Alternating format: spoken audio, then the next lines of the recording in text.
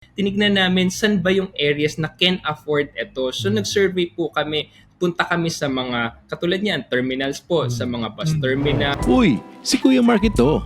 You're right on time for another day of learning and laughter in the world of autos and tech. Tara, biyahe tayo!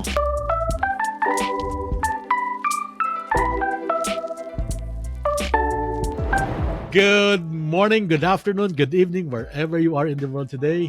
Magandang araw. This is Kuya Mark, your Talyer mentor, and welcome to another episode of Kuya Mark's video podcast. And today we're very fortunate because we're talking to one of the youngest leaders in the franchising industry. No?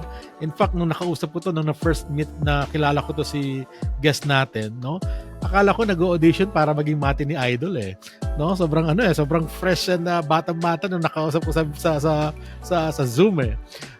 So without further ado, and before I introduce him to you, no, nung nakikita ko yung kanyang background ngayon, sobrang achiever tong guest natin na to.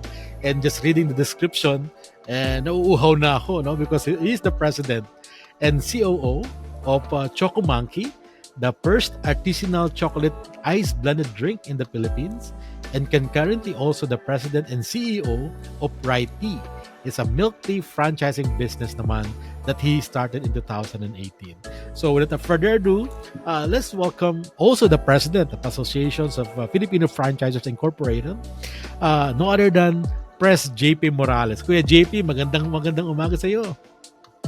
Good morning, Kuya Mark. Maraming salamat sa pagkumbida po sa inyong podcast, and of course sa mga viewers and listeners po ng Kuya Mark sa podcast. Maraming salamat po. Hello po sa inyo. As I was saying to our guest, to our viewers, Kuya JP, no, when I first met you through Zoom, sabi ko, parang nag-audition, magiging mati ni Idol tong ka-meeting ko. Sobrang bata eh. And you know, reading actually and knowing you personally, you're really an achiever, no? Since nasa school, itong negosyo mo ngayon was actually a thesis of yours, no? Back in college, no? And so, can you tell us a little bit about yung beginning mo as a franchisor ngayon in the industry? Kuya JP. Okay, balik Kuya Mark. Dadaling ko kayo way back 2017. Bali, that time po, no, estudyante pa ako that time. I was a fourth year graduating college student na sa course namin I took up entrepreneurship. So sa amin, ang aming talagang thesis is to execute a business. But that time, sabi ko, ano ba yung magandang inegosyo? Kasi nga, pag nagne-negosyo ka, kailangan may parang something unique, something nakakaiba dun sa negosyo mo that will differentiate you from the rest of the businesses. So sabi ko, teka, parang napakahirap naman ata mag-isip nito. So sabi ko, sige, why not magbenta ako ng ice cream? So that time, sabi ko, sige, ice cream, ang dami na niyan. May soft serve na, meron ng gelato ice cream, meron na yung katulad nung kay DK naman, yung Blizzard, yung binabaliktad na ice cream. That time, Kuya Mark, familiar ka ba dun sa Korean ice cream na yung nabibili sa mga Korean grocery stores, yung mga parang mini stop. So naisip ko, teka, yung ice cream nila nakapasok sa hulma ng waffle ng isda. So sabi ko, ba't hindi yung i-offer ko,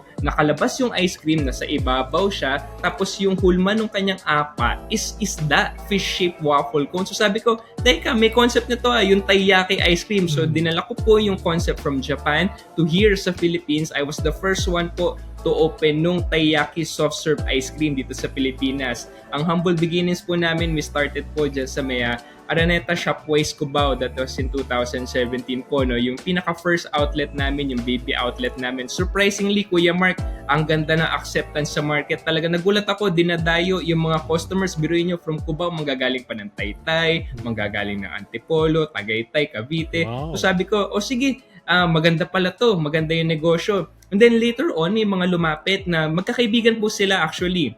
Sabi, kayo ba yung may-ari? Sabi ko, yes po ma'am. How can I help po? Sabi niya, kasi gusto namin yung product mo. Nag-open ka ba sa franchising? Kuya Mark, to be honest, that time, estudyante pa lang ako. Kulang pa ang knowledge ko sa franchising.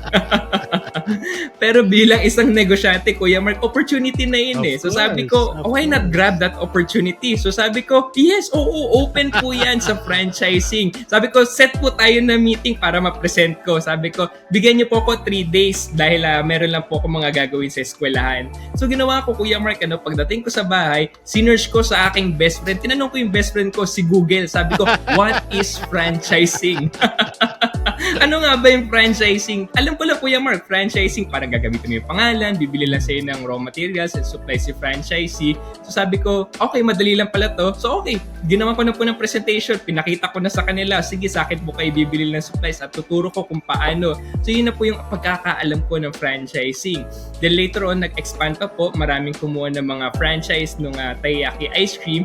Then actually, alam mo Kuya Mark, napakaganda po nung timing na yun. Nagkaroon ng program si Go Negosyo, pati yung DTI. The first run nung Kapatid Mentor Me program, yung KMME. I was one of their pilot students po that time. So doon ko nakilala yung mga mentors ko po, lalo na sila Sir George. Kung nakikinig po kayo, hi Sir George, magandang hapon po.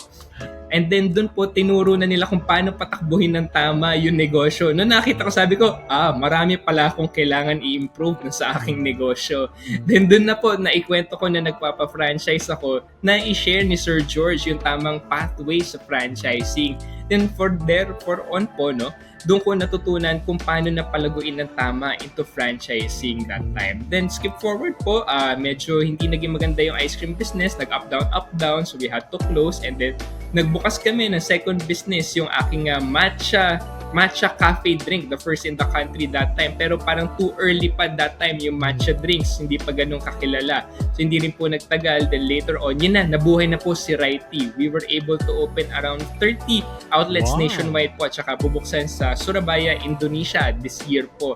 Yan na po ang progress ng Righty. At kung ano po yung natutunan ko dati sa franchising, ginagamit ko na po ngayon. At mas maayos na ang aking franchise system, Kuya Mark. How do you balance yung pangangailangan mo na magkaroon ng growth yung negosyo mo, but at the same time, making sure na yung expectation ng iyong mga franchisee are on the right place as well?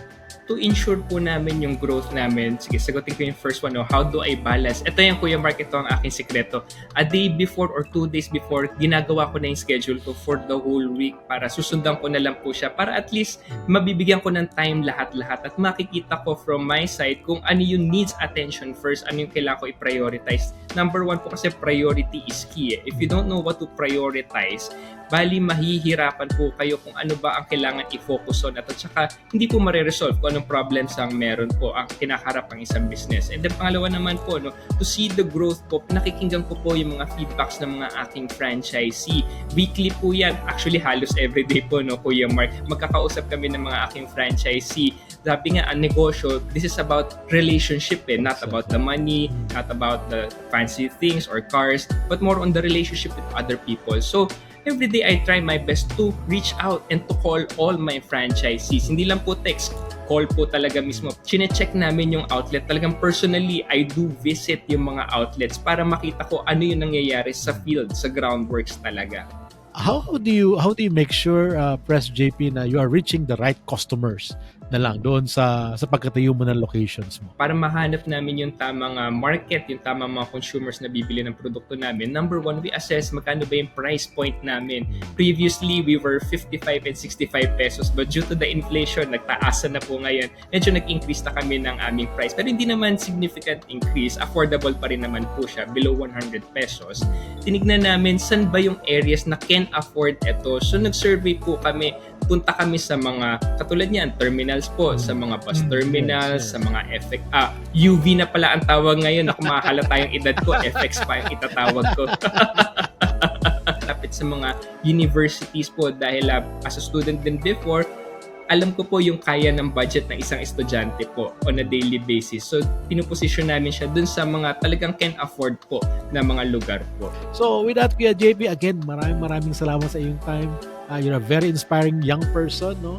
Imagine mo, nasa kolehiyo pa lang. Ako, malaman, nagko-computer game pa ako ng kolehiyo. Ikaw, nagsisimula ng pagpayaman, no? So, malayo-layo ang mararating ni Kuya JP because he started early, no? But again, thank you for your time today and have a good day, Kuya JP. Maraming salamat, Kuya Mark, sa mga nakikinig po. Maraming salamat. Alright. Thank you, bro.